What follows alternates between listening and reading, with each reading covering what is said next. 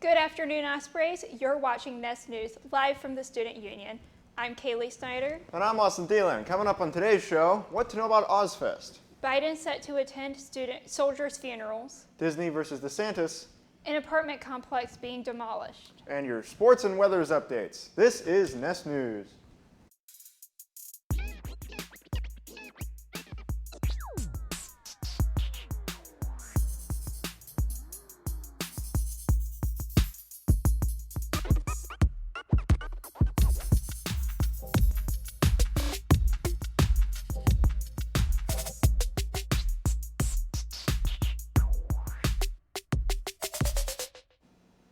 OzFest is tomorrow night and everyone is getting excited. But where should you park? What should you bring? What is there to know? Well, Osprey Student Life is here to tell you. Have our outdoor experience. We're asking all attendees to arrive no earlier than 3 p.m. That's just so we're still able to set up. It is on the weekend, so that means parking is not being accounted for during the weekends, and so you're able to park in the arena parking garage, or you can park in lot 18 or any parking space that you can find, as long as it's not an accessibility parking spot and you don't have a tag for it. Generally, no bags are allowed, so all of the same rules that apply for basketball games apply for this event.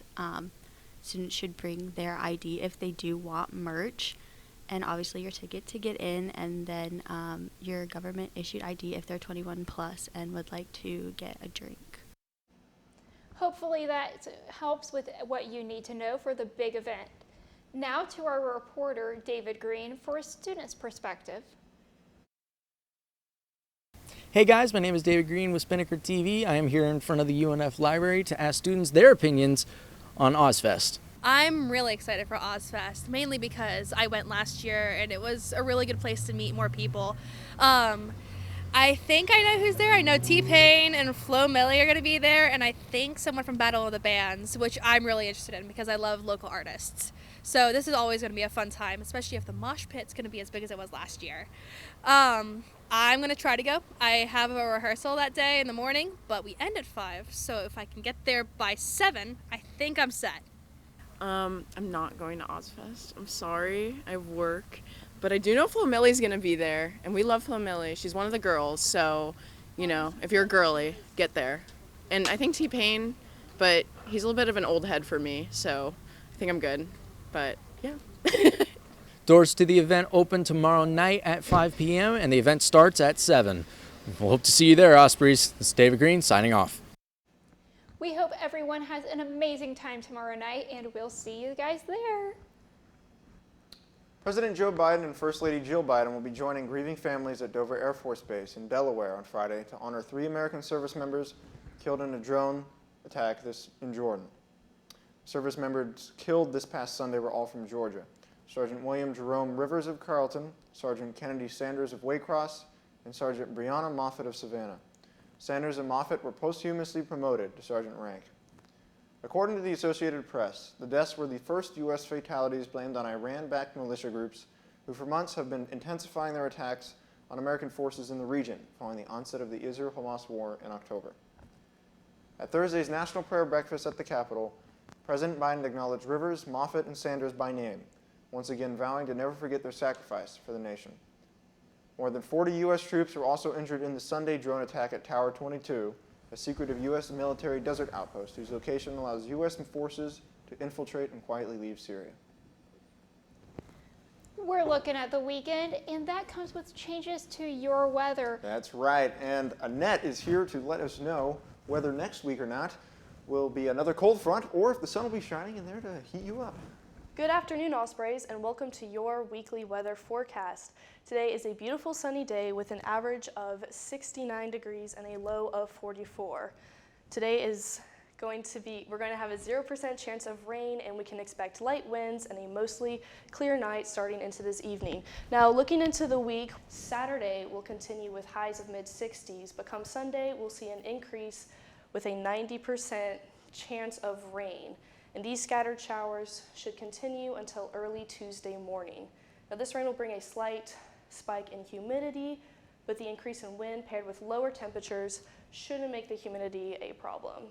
After Tuesday, we can expect partially cloudy weather for the rest of the week, and it should overall be a pretty cool week. So, again, today and tomorrow, we'll see some sunny weather, but Sunday we'll have scattered rainstorms. So if you have classes on Monday and Tuesday, make sure to bring an umbrella. That's all the weather I have for you today. I'm Annette Howard, and back to our Nest News. Disney on Thursday appealed a judge's dismissal of its free speech lawsuit over what it described as Ron DeSantis' retaliatory takeover of Walt Disney's World's governing district, as the Florida governor separately called any appeal a mistake. Disney filed a notice of appeal over Wednesday's ruling by a federal judge in Tallahassee, saying that it would set a dangerous precedent if left unchallenged by giving states the green light to weaponize their powers to punish opposing viewpoints. Before control of the district changed hands from Disney's allies, the DeSantis appointees, early last year, the Disney supporters on its board signed agreements with Disney shifting control over design and construction at Disney World to the company. Disney reviewed its request for a 6-month pause in the state court lawsuit Wednesday, saying in a court filing that it had been unable to conduct a deposition of the new DeSantis allied district administrator and get documents from the DeSantis-controlled district. For those of you attending the Iceman game tonight or the Donna 5K this weekend, you should note the road closures that are happening around the Rise Duro apartment complex. According to Mayor Deegan's office, structural engineers, after evaluating the building, concluded there was significant structural damage from Sunday night's fire that led to the complex being deemed unsafe. Demolition began this morning and will continue into next week, according to the press release from the mayor's office. The roads will be closed for the duration of the demolition are East Adams Street, East Forsyth Street, Lafayette Street, and A. Philip Randolph Street. Now let's take a look at Osprey Athletics with Angel for your sports update. What's up? Angel here with your sports update. We have a little bit to cover, so let's get into it. Women's basketball played last Saturday against the Eastern Kentucky Colonels here at UNF. The Ospreys held out, only going down by 4 by the end of the first half. The game finished, however, with the Ospreys behind the Colonels 56-79. The men's basketball team also played last Saturday against Eastern Kentucky, but they traveled to Richmond, Kentucky, where they played. The Ospreys were down at half for the second time in a row. However, this time there was no comeback.